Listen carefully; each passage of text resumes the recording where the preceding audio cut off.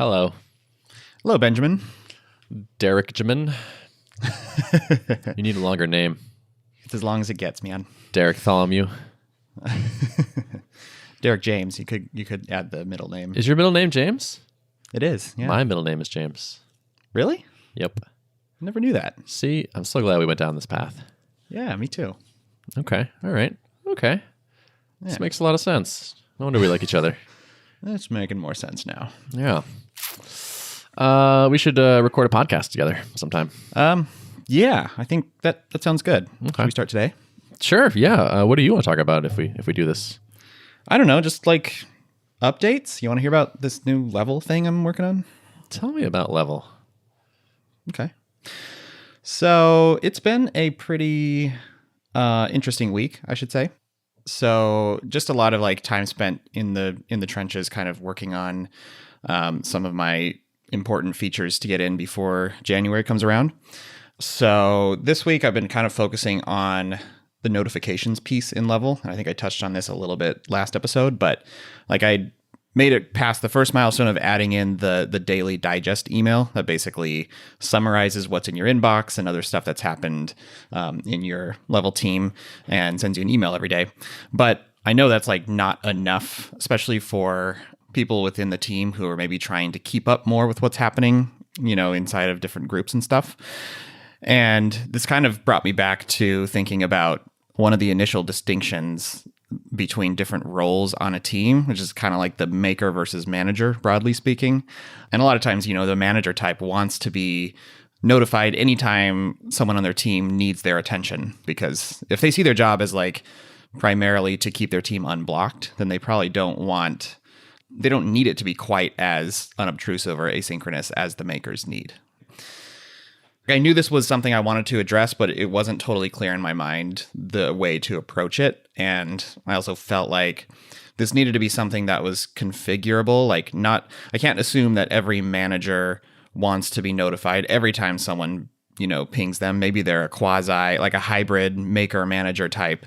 So I was like, not clear if this was supposed to be some like piece of an opinionated setting that's just like identify which role you're in and Level will like intelligently send you the right amount of notifications, or if this would just be like a piece that's configurable.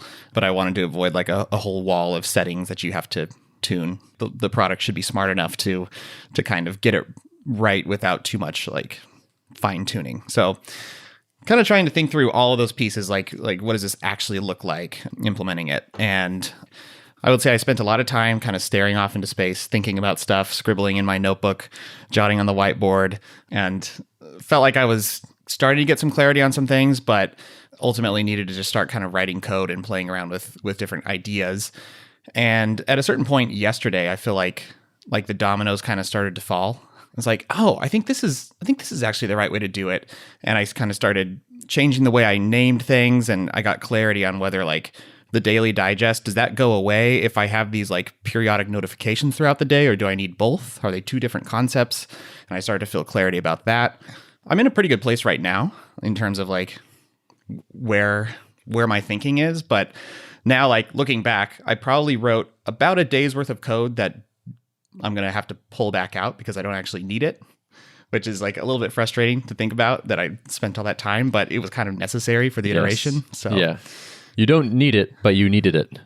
Yeah, I think it was overall like a good week, a reminder that like even things that seem obvious in hindsight aren't necessarily obvious to arrive at. So sometimes you just got to like slog through stuff, and then at the end of the day it comes out like, oh yeah, that's like obviously the right way to go, but it doesn't always jump out at you that easily. Totally. Yeah, I think we've said stuff like this before, but like getting going on a thing and seeing something that's like wrong sometimes helps me, even if it's just like I know it's like, even as I'm writing it, I'm like, I know this is wrong, but I'm just going to put this together and then be like, then it'll be more obvious to me why it's wrong. Yeah. And I was just right before this listening to let's get our Adam and Steve mention in today. I was listening to it's been 5 minutes. A little dicey there. They recorded an episode of Full Stack Radio talking about refactoring UI, and Steve was talking a little bit about his design process, and he's like, yeah, I usually start for like 2 days staring off into space, and then I start to get a little bit stressed, like, oh no, I'm not going to figure this out, and then I start scribbling some stuff. And so he was talking about his design process, and I'm like, that sounds a lot like the way I approach this feature. So that sounds like I approached a lot of my life. yeah, It's like it's when the stress and the panic starts to set in. You're like, all right, I gotta face this. Yeah, totally. I've been there a lot. Yeah. Yeah. Cool. So, have you shipped this? Is it done? It's not done yet, but I'm like over the hill on figuring stuff out, I think. So now I'm implementing and what it's going to look like. And I've been sharing some like screenshots as I go, which has also been kind of fun. Yeah, like that. when in doubt, just like grab a screenshot and throw it up on Twitter and kind of give people a window into the iterative process. And that's especially easy to do with the visual parts, which I sussed that out earlier on, like what does the configuration look like for these periodic notifications throughout the day. So that was fun to get a little bit of feedback from people on Twitter, kind of energized me about that. And then I flipped over to code, and it's a lot harder to like, I can't just screenshot my code or what I'm thinking about there like quite as easily. So it's a little bit less sharing on that piece. So yeah, I think I have the kind of the visual, the UI part figured out, and now like I think I understand, have my head wrapped around how the backend works too. So now it's just implementation phase. But that sharing stuff on Twitter I find it really useful just for motivation's sake. Mm-hmm. Like when you share something and people get excited about it, it makes me excited. And I'm like, oh yeah, okay, I know why I'm doing this. Like, it gets me back in the zone a little bit. Totally. And I think it keeps people invested in the process, and they can kind of breaks down like the notion that like this just came out of nowhere. Here's how I'm thinking through the process. Every time I kind of mark down an iteration and then present it to the world, it forces me to think a little bit more clearly. And then sometimes people ask a question like, this label doesn't really make sense. What's the difference between a nudge and a digest? Or like they seem like kind of the same thing. And that's what sort of pushed me into like, yeah, that's actually poorly worded. So just writing those words like, yeah, actually that needs refinement made me think, more critically about stuff. Totally. Yeah. I mean, it's nice when someone can give like a drive-by comment like that and have it be helpful. Yeah. Not everything lends itself to that, but it's nice when it does. And I have to resist my internal temptation to get defensive about stuff, which I have a natural tendency to do. I think it pays off to build up a little bit of a thick skin and take, especially with design things, it's so much of it is subjective. So if someone just says like, that looks weird, I can take it with a grain of salt because it's ultimately like someone may love it, another person may hate it. So, it is what it is. Yeah.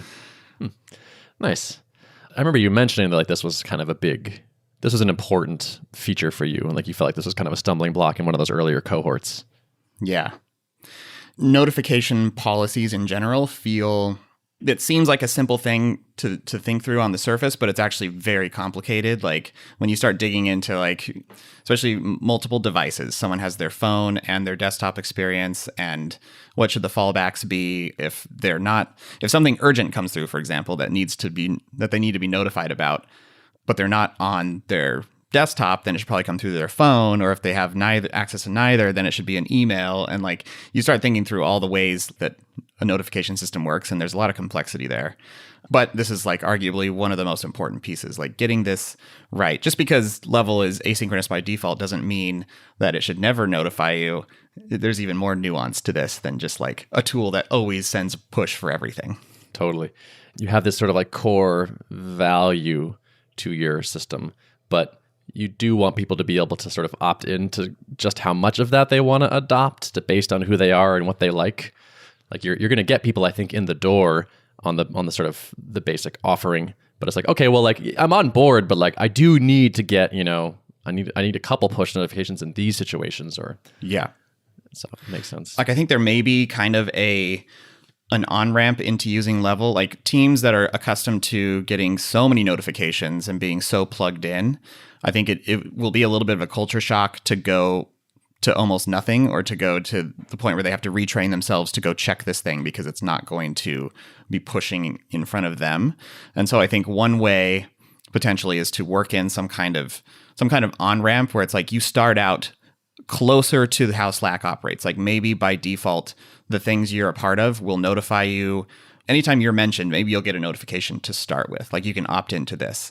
And so then it feels more familiar initially. And then it's like, okay, now here's some education about ways that you can protect your time better, and flipping from notify me every time I mention to batch up my notifications 3 times a day is like something that you can kind of be educated about and then opt into, as opposed to like it being that way from the start. And then you get in there and you're like, I feel like I'm not keeping up with stuff, you know? Mm-hmm. Yeah, I like that. I also remember you talking about early on, like an idea of a feature of like letting the sender specify the priority of their message. Yeah, I totally. think, like when you start crossing that bridge, that'll probably also help a lot too. Because you can kind of train people. It's like, oh, like at Ben. And if your thing's kind of like, do you need to at Ben? Or like, is this like kind of more of an informational thing? Maybe just consider leaving this message in the thread or something like that. Yep, totally. And that's another high priority thing, like the urgency settings is what I'm calling it. And I know I want to get that piece figured out, have at least basic urgency settings. I don't know if it's like there's a lot of different directions you can take with that, but I wanted at least a toggle that's like, this person should be notified right now or not, but phrased in a way that's like, this is an emergency, so that people aren't too tempted to use it too often. But I felt like I couldn't necessarily implement that before I figured out what's the like general notification policy and what's the default and how does it escalate from like nothing to batch notifications to notify every time. So yeah, that makes sense. So anything going on with you? I do have an open-ended question, not specifically level related, but I don't know if you have any. I do have like sort of a quick high level update, which is, so November was our best month ever for marketing stuff, which is pretty cool in terms of people added to the mailing list and people following me on Twitter and all that. Just like that was going really well. But we are coming up on our alpha. We're about a month out now. And so at our last retro, I was saying, I feel like I need to sort of focus my attention slightly differently and spend more time on like product management stuff.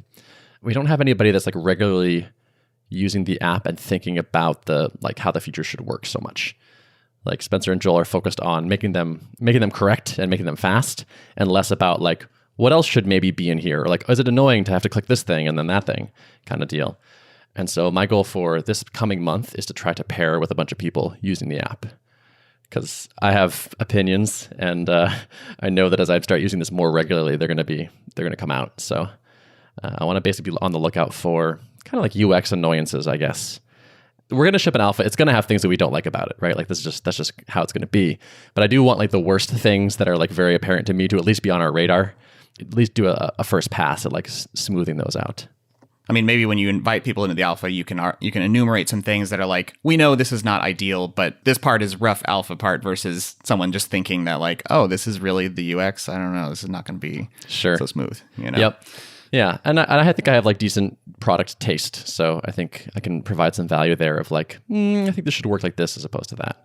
And like we said earlier, it's like when you can see the wrong thing, the right thing becomes so much easier. Earlier on, it didn't feel like it made sense for me to like sketch workflows or, you know, like give that much feedback on things. But now it's like, okay, more of the features are falling into place. Some of these things we're just working on refining as opposed to implementing in the first place. So like what's like V2 of some of our basics that can make this thing a little smoother? Do you have a pretty well-populated alpha list at this point? Is it kind of locked in on who's going to get invited beginning of January? It is, yeah. I have two possible teams joining that are sort of in flight. We'll see if that actually closes and turns into people. But if not, that's okay. We're at about 30 people in the alpha. I'm okay with where we're at. So I don't think we need them. So I feel pretty good about that. I'm not pushing sales very hard right now. And like I said, the marketing is going well. Like a lot of the seeds that I have planted in the past are starting to like work. Like we're getting new people on the mailing list from a bunch of different sources now, which is awesome. It's like, feels like that's kind of running. We're about to crack 3,000 people on the mailing list, which is kind of a cool milestone for me, because I don't think I've ever had any of my own projects like hit that number before, which is pretty nice. For me now, it's like, if we had another 1,000 people on the mailing list, what would that change? Not that much. The next couple months to me are kind of all about product. So it feels right to spend the focus there right now. Yeah. Nice. That sounds reasonable. Yeah. Speaking of list growth, there were kind of two just random things that happened this week that I noticed just looking through my analytics. I started seeing some refers that I didn't recognize and like little spikes in traffic, and noticed that 2 newsletters had a link to Level in them. And I had like no idea this was happening and like no particular connection to the curator of the newsletters. So that was cool. One was called Dense Discovery, I think, and then a SitePoint newsletter I just noticed today, and I was trying to actually find the actual newsletter. I haven't been able to track it down yet to see what was actually said, but it's kind of fun to just see like those are things that are completely beyond your control, but I suspect just happen when you're publicly sharing things. You have your landing page out there, people just randomly talk about it, and serendipitously it just lands on someone's radar, Totally. Yeah. I asked people when they sign up, like where they heard about us, and it's nice to see like an increasing spread of things, or it's like, oh, like Full Stack Radio, or your podcast, or the Twitter, or this YouTube video, or Google, and or I'm part of a Slack, and someone like, it's just a bunch more. It feels like the awareness is building, which is really cool. I feel like pretty satisfied with how we've done there, where it's like, we're not going to launch and have people be like, wait, what is this? Or I didn't know anyone was working on this. Or it's like, yes, people are still discovering us all the time, but I feel like we're in a lot of the right places. Yeah. It's a good place to be. I see that as like forming solid roots as opposed to like one giant source. Like if 90% of people coming there were hearing from one place, then it's like, well, now you're kind of dependent on one channel, but it's kind of like you're getting that organic growth and that spread, which is really healthy. Yeah, and like we're not like hoping to like have a huge splashy launch and that'll like, have people hear about us. Like it's no, like we're getting people involved earlier. We're trying to keep them kind of up to date on the process, just sort of trying to build a connection over time and maybe get some buy-in from people. Yeah, it's funny. Yesterday, I noticed that when I was also looking through analytics, I saw some referrals coming from Product Hunt, and then looked and someone had hunted level and like it was flagged as pre-launch, but like there was zero lift because it was like someone pulled some screenshots and then took like a altered version of the logo and put that as the thing. So it just didn't look quite right. And then it was like hunted at like 10 p.m. at night. All the factors were wrong for it to actually like get any kind of Product Hunt lift. And at first I was bummed by that because I think by default, once a product has been hunted, it can't be like duplicated again in the future.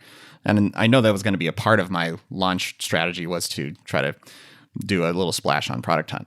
And so I did email them, and I think there's something that they can do to let it get refeatured or something like that down the line.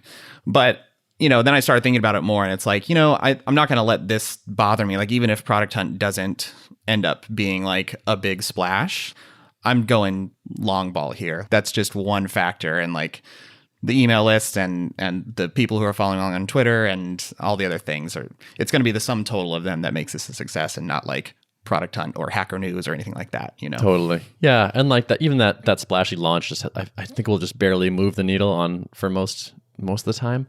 And it's like, yeah, sure. Like even if you had a great launch, you still have to figure out what you're going to do the next day and the next day after that. And like, it's years of work after that are going to really make the thing a success or not.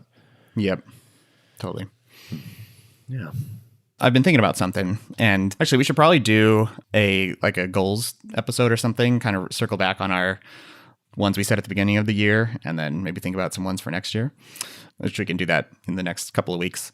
But there's one in particular that I've been thinking about. I wanted to get your take on.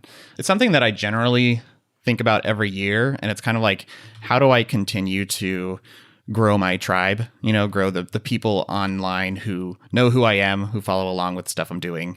I look to people like Rob Walling and like Paul Jarvis and some of these people who just like, they have an email list, they have a decent amount of people who know who they are. And that just gives you, as we've seen, just so many like opportunities to just have an audience anytime you're doing interesting stuff. And it helps in so many areas. And so right now, my main strategy is this podcast and being pretty active on Twitter, which is seeming to work pretty well. Like follower count is growing, and people seem to be pretty engaged, at least a core of people engaged with the stuff I'm sharing, following along with the story. But one thing that I come back to pretty often is like, should I be writing more, and should I be trying to build an email list? I've been keeping this running list of like blog post ideas or essay ideas or whatever. And I have about 20 on that list. And I feel like I probably could commit to more of a consistent writing cadence and actually try to like share some stuff and do potentially a newsletter. But something that I haven't quite figured out is like where best to allocate my effort. Should I be writing these things and putting them on a level blog and trying to like make that essentially a piece of content marketing that's an extension of me applied to level? Or should I be doing this, building a DerrickReimer.com newsletter that's sort of like more personal branded. And then, I'm obviously intimately connected to Level, the product too. I don't know. I haven't totally figured that out, but I'm curious if you have thoughts. I don't think either like is clearly right or wrong, but the thing that popped in my head as you were saying that is you're working on Level right now, but in the future, it's very likely that you'll be working on something else. And so if you put all this stuff with Level, then, that's useful. And if you sell it, then I'm sure they will count that as part of the value. I think also there's some worth and some worthiness in having just like, this is the Derrick Reimer show over here, and it travels between projects. Paul's been on my mind, Paul Jarvis, because I've been, listening to his interviews and his new book that's coming out and that kind of stuff. He seems to do this really well, where he just has this kind of like broad relationship with this list, and he shares interesting stuff with them, and he's not super self-promotional, and he has all these products that like, by just seeing his stuff, you wouldn't even know what his suite of products are, and people just hear about them organically. And I like that because there's authenticity in that, and there's like, he's not salesy or markety at all, which is kind of that's how I like to operate. I don't want to be seen as just always pushing a product. And I think there is long-term value there. Like he has multiple products now, and he could continue adding more to his portfolio, and still like the main channel is his own brand that he kind of pushes out through his newsletter. So my only hesitation is like, is that too indirect? And should I be just like channeling all my energy at trying to grow Level as much as possible? Or is this a good thing to just be investing in long term? Maybe it won't be quite as potent a direct marketing channel for Level, but like longer term gives me that kind of asset. So I'm thinking of Brian Castle right now, who was saying that he feels like so many of his audience ops customers come from his network, like his sort of world. I'd be almost surprised if it weren't about as effective to like do things under your name and then people find Level slightly more organically versus trying to make it as content for Level.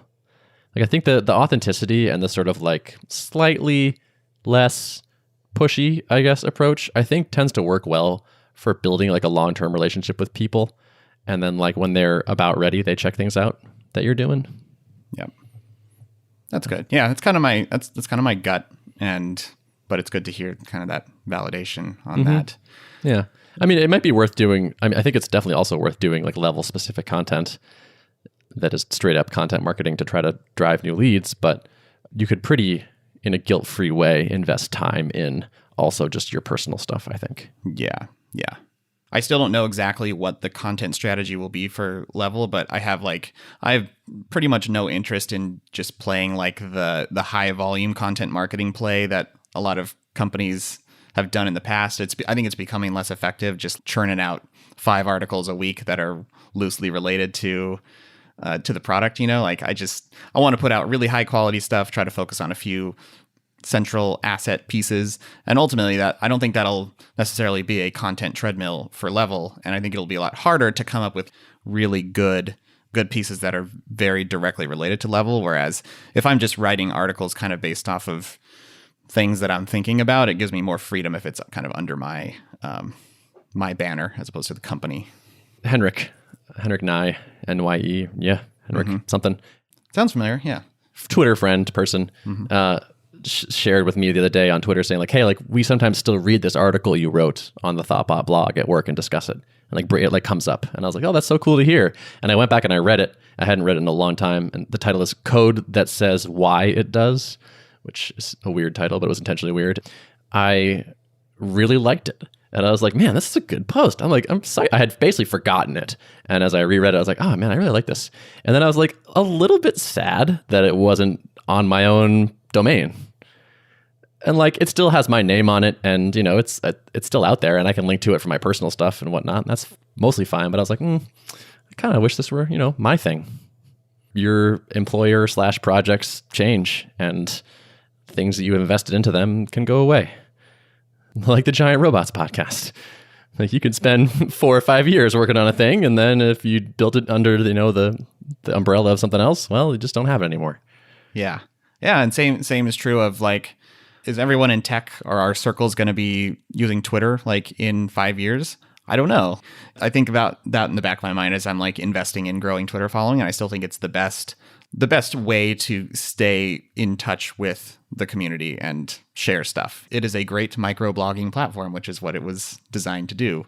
But I also have in mind, like, I probably should be investing a little bit in my own email list, and, you know, having basically when people come to my website, you can get funneled into two paths. You can join my newsletter for longer form stuff, or you can follow me on Twitter for shorter streams of updates and stuff. And so kind of just thinking about how to package that up and funnel people to the right place and bring a little more like clarity and consistency to the types of stuff that I blog about too. Because it's not consistent, and it's like ranging from like very technical to not so technical. So I want to get some like consistency there too. I was just thinking, like, I feel like I should take a retreat and queue up some writing. Like if I just force myself to bang out a few things that like could go out on a reasonable cadence.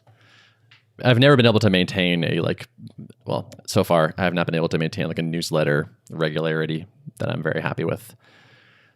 But maybe if I just like treated it as like a sprint and like twice a year went and wrote 6 articles or something and then tried to put out one a month or something like that. I don't know. Yeah. That might be more my speed. I kind of want to commit to some regular cadence and then make it a goal to keep to that all year. But I haven't figured out what that cadence is. Like weekly feels too frequent. Every other week, I don't know. Like I want to find the balance of like the right amount of pressure, but not too distracting, but like keeping me on this, you know, kind of cadence of consistency, I think would be. So if you set a goal like that, and if we set specific goals later, I think we should come up with some penalties. Oh, sounds good. Yeah. Where it's like, all right, you said you're going to do 26 things. Like, all right, and if you don't, you're going to pay me $1,000 or something. Yeah. And then I'm going to donate it to somebody you hate or whatever. I can think of a few names. Yeah. Exactly. I don't know, something like that. So all right, I have a question for you too. Okay. Yeah. And this is a little out there. Mm-hmm. So tell me if I'm crazy. So in a little bit, I want to, a few weeks, I want to open up sales for Habits for Hackers. And what I'm thinking is limiting it to about 100 people so that it's small enough that I can kind of like pay attention to who's succeeding and check in on people if they need it and whatnot. And so there's going to be a limited number of spots. And I'm trying to figure out the price in my head. And I'm like, should I charge this? Should I charge that? And it's like, okay, well, I could shoot too low and then sell out 100 spots in the first 30 minutes. And I'd be like, damn, I left money on the table. Or I could shoot too high and sell out 20 spots and then be like, whoa, I just was wrong, and just like struggle to like then have to drop the price and maybe refund people, or like, I don't know. There's just a bunch of ways to mess this up in a big bang, set the price kind of thing. And so I've been thinking of this crazy idea called a reverse auction. I was like, he's going to auction these. I know. So I was originally thinking like, okay, what about a normal auction? It's like, okay, everyone just submit a bid and I'll pick the top 100. And I was like, I don't love that. I ran this by Adam and he was like, I feel like the number of people that would buy it are lower than the number of people that would like come up with a bid they were comfortable with and then submit that and then blah, blah, blah. And I thought that was a pretty good point. That sounds right to me as well. I think the reverse auction is kind of interesting. It might also be called a reverse Dutch auction.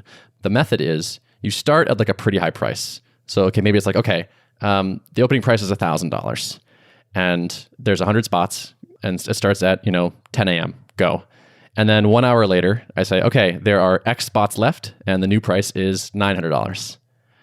And then like just once an hour, you get an update with how many spots are left and what the current price is. If you want to be sure you get a spot, you can bid earlier. You can start and you can kind of monitor and say like, oh, it's getting kind of dicey now. Like this might be the hour where the last ones go, and so it kind of helps push people into it if they were on the fence. But it also lets people opt in earlier to pay a bit more to be sure. Yeah. What do you think of this idea? I was picturing the reverse initially, where like you can buy it now for a certain amount, but after every purchase, the price goes up. So like you're better to buy earlier because it's just going to keep climbing. Yeah, I don't like that. Like I've heard that referred to as a bump sale before. You encourage the stampede early. And then if people don't get in early, or if they like paused, or if they happen to show up later, or whatever, it's just like, okay, now like a bunch of people already paid way less than I did. Like I don't want to, the later it gets in the game, the less people want to do it. Yeah, your most passionate people, the people that want it the most, pay the least. Whereas the reverse is, flips that on its head. That's true. So a concern with like the reverse, someone who's really jazzed about it, gets in, buys it, and then sees like if the price drops significantly from what they paid for it, then are they going to feel like they got screwed? Yeah, there might be some of that. I could definitely see that. Like if it turns out like if people jump on the first price and then it turns out like, spots were going for a fifth of that at the end of the day, it's like, they might feel kind of crappy. And then what do you do? Like if they're like, yo, can I get like what if they just back out? You're just like, oh, because like now I feel bad. Like I felt good paying this before, but now that I see other people are paying less, I feel bad. And so can I have my money back? And then that opportunity to sell it at that spot at that price is gone. So it's like, do you allow like regret refunds? If the like scale is such that it could end up a fifth of what it was to start with, I feel like there's a certain slope of that curve where like if it's gradual enough and it's not a huge disparity between the first purchases and the last, then.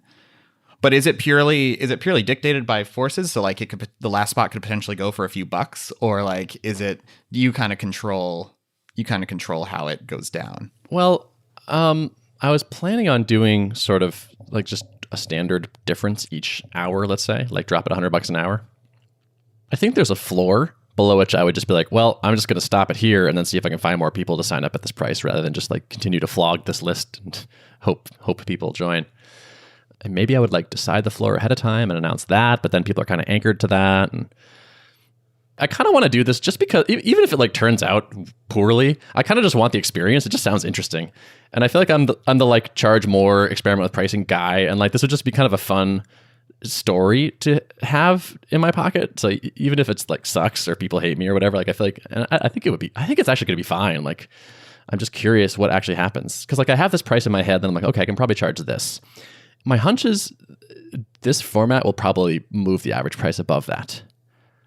I like the optimization of it where it's like, I don't have to worry about setting the price too high or too low really, because basically people will just opt in when they feel like they're getting that much value from the course. You could set it at a certain price in the first hour. Maybe no one will buy it at that price, and then that's totally fine, and it'll just keep going from there. So right. And it's like, okay, that was way too high. Fine. Now it's lower. Okay, a couple people bid. Okay, great. Now I kind of like giving people like some information, but not all the information, where it's like, okay, the new price is now $800 and there are 56 spots left. And they're like, oh, okay, that was like, okay, so like 30 sold in this last round. Okay, that's interesting. I could take the risk and wait for the next price level, or I could decide that this is worth it now. And it sounds kind of fun. I don't know, at least for me. It does. I'd be really curious to see how that plays out. Yeah, I don't think it's too crazy. I mean, it's not so far out into the realm of crazy that like it's not worth trying, I don't think. Yeah, so I think I might do it. I think I'm also going to like have a separate unsubscribe option for this, where it's like, if you want to hear more about like this course and the things, like that's fine. But if you don't want to hear like the hourly auction updates, you can unsubscribe from that separately, which I think would be nice. Because like that's the one thing I could see people getting annoyed by is like, I don't need an email from you every hour. Like I'm just that kind of thing. So I feel like I have to try this just for the data. Like this would be an interesting like write up to do. Yeah, it's a good experiment to run. I've been thinking about different creative ways to structure pre-orders and pre-sales too for Level, and like that was my next thing. It was like, and if it's good, why wouldn't I do this for Tuple? Yeah, it's like, hey, we're opening up our 10 monthly spots. Here we go. Reverse auction begins. Yeah. I really like that, and I hadn't thought of it in that direction. I thought it more as the bump sale, but I think you're right. Like it didn't quite sit well with me either, which is why I haven't moved on it. Like I thought about just incrementally increasing the price of the pre-order or something like that to incentivize someone going ahead and jumping on sooner. But that doesn't necessarily incentivize the right things. Right. I feel like it incentivizes action, but not like you don't just want like the greatest number of people. You want more money. People who have the true demand, and you want to maximize revenue. Yeah. Right. Exactly. High revenue, but also you let people who are going to get a lot of value from that pay you in proportion to that value. And not just be worried about opportunity cost or something like that. Like exactly, it feels like kind of like an annoying false urgency, the bump sale thing. Yeah, I guess the auction's also kind of false urgency in a way, but I don't know. It feels better to me. A little more aligned with jump in where you feel it's valuable. Yeah, I like that. What do you think about one last question for you? So I have a few pre-orders here and there still trickling in for Level, but they've definitely dropped off considerably just because traffic is back down to normal levels. Should I just close off? Like, I feel like I'm at a good number right now on that initial like guaranteed January cohort. So I'm wondering if I should close that off. And I'm, always like worried about annoying the list, but like emailing him and saying like it's closing off this week. So like grab Definitely a slot do that if you want it. Do it Yeah. for sure. Yeah. That's one of those like crazy high ROI emails. Yeah. I think it'd be a little crazy not to do it. Yeah. Okay. Like no one's going to be like, one extra email. What a jerk. Right. You got to thread the needle right with this stuff, but I think your default threading is very, very considerate. So Yeah. you're not far from that. Cool. So yeah, I think I'll probably do that in the next week or so, and just kind of, I haven't figured out if I'm going to like have a pre-order for the next cohort or turn off the pre-orders for now and just kind of make primary call to action be like jump on the list, request an invite. Either way, I think it can't go wrong. Yeah, those all sound reasonable. Yeah. And I know you never would do it, but I was thinking of the like on Black Friday, there was like, okay, last chance, it's closing at 2:00. And then at like 3:00, it's like, actually, we decided to extend it for another 24 hours. You're like, So annoying. hate you. So just don't do that, and I think you'll be fine. But I know you wouldn't. No. Cool. #marketing. Yeah. Good We stuff. got our marketing talk, we got our productivity talk, and we talked about Steve and Adam. So I feel like we're good. Check. All right. Show notes? Show notes can be found at artofproductpodcast.com. Yeah, they can. Thanks for listening. Thank you. Bye-bye.